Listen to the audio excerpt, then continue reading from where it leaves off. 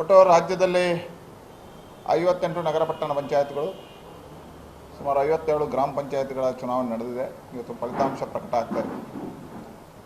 ಈಗ ಪೂರ್ಣ ಫಲಿತಾಂಶಗಳು ಬಂದಿಲ್ಲ. ವಿಶೇಷವಾಗಿ ಕರಾವಳಿ ಜಿಲ್ಲೆಗಳಲ್ಲಿ ಉಡುಪಿ ಮತ್ತು ದಕ್ಷಿಣ ಕನ್ನಡ ಜಿಲ್ಲೆಯಲ್ಲಿ ಇರತಕ್ಕಂಥ ಕೋಟೆಕಾರು, ವಿಟ್ಲ ಮತ್ತು ಕಾಪು ಈ 3 ಕ್ಷೇತ್ರಗಳನ್ನು ಭಾರತೀಯ ಜನತಾ ಪಾರ್ಟಿ ಮತ್ತೊಮ್ಮೆ ಗೆದ್ದಿದೆ, ಅಧಿಕಾರವನ್ನು ಉಳಿಸಿಕೊಂಡಿದೆ, ಕಳೆದ ಬಾರಿಗಿಂತ ಹೆಚ್ಚು ಸ್ಥಾನಗಳನ್ನು ಪಡೆದಿದೆ. ರಾಜ್ಯದಲ್ಲಿ ಒಟ್ಟಾರೆಯಾಗಿ ಫಲಿತಾಂಶಗಳು ಈಗ ಬಂದಿರೋ ಹಿನ್ನೆಲೆಯಲ್ಲಿ ಕಳೆದ ಬಾರಿಗಿಂತ ಉತ್ತಮವಾಗಿರ್ತಕ್ಕಂಥದ್ದು ಭಾರತೀಯ ಜನತಾ ಪಾರ್ಟಿ ಇದೆ. ನಗರ ಪಂಚಾಯತ್, ಪಟ್ಟಣ ಪಂಚಾಯತ್ಗಳು ಸ್ಥಳೀಯ ಚುನಾವಣೆ ಆದ ಕಾರಣ ಅಭ್ಯರ್ಥಿಗಳು, ಸ್ಥಳೀಯ ವಿಷಯಗಳು ಅದೇ ಗಂಭೀರವಾಗಿರುತ್ತೆ. ಹಾಗಾಗಿ ಸ್ಥಳೀಯ ಸಂಬಂಧಪಟ್ಟಿರ್ತಕ್ಕಂಥ ಚುನಾವಣೆ, ಹಾಗಾಗಿ ಇದರಲ್ಲಿ ಅಲ್ಲಲ್ಲೇ ಒಬ್ಬ ಪಕ್ಷೇತರ ಅಭ್ಯರ್ಥಿ ನಿಂತಾಗಲೂ ಒಂದು 10 ಓಟು 5 ಓಟು ವ್ಯತ್ಯಾಸ ಆದಾಗಲೂ ಫಲಿತಾಂಶಗಳು ವಿರುದ್ಧ ಬರುತ್ತೆ. ಇವತ್ತು ಆದರೂ ಸಮೇತ ಉತ್ತಮವಾಗಿರ್ತಕ್ಕಂಥ ಇದನ್ನು ಕೊಡ್ತಾ ಇದೆ. ಸಂಜೆ ಹೊತ್ತಿಗೆ ಪೂರ್ಣ ಪ್ರಮಾಣದಲ್ಲಿ ಪ್ರಕಟ ಆಗುತ್ತೆ.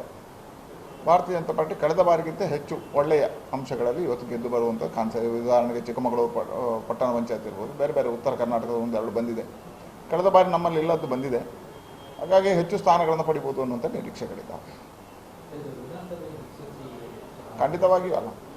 ಗ್ರಾಮ ಪಂಚಾಯತ್ಗಳು, ಪಟ್ಟಣ ಪಂಚಾಯತ್ಗಳು ಯಾವುದೇ ಚುನಾವಣೆ ದಿಕ್ಸೂಚಿ ಅಲ್ಲ. ಇದರಲ್ಲಿ ಲೋಕಲ್ ಸಮಸ್ಯೆಗಳು, ಲೋಕಲ್ ವಿಷಯಗಳು, ಲೋಕಲ್ ಅಭ್ಯರ್ಥಿಗಳು ಆಗಿರೋದ್ರಿಂದ ಅಲ್ಲಲ್ಲಿಗೆ ಬಂದಿರತಕ್ಕಂಥ ಚುನಾವಣೆ, ಇದು ಯಾವುದೇ ಚುನಾವಣೆ ದಿಕ್ಸೂಚಿ ಅಲ್ಲ. ಆದರೂ ಭಾರತೀಯ ಜನತಾ ಪಾರ್ಟಿ ನಮ್ಮ ಆಡಳಿತ ಇರೋದ್ರಿಂದ ಒಳ್ಳೆಯ ಫಲಿತಾಂಶಗಳನ್ನು ಕೊಡ್ತಾ ಇದೆ ಅಂತ ಅನ್ನಿಸ್ತದೆ. ಧನ್ಯವಾದ.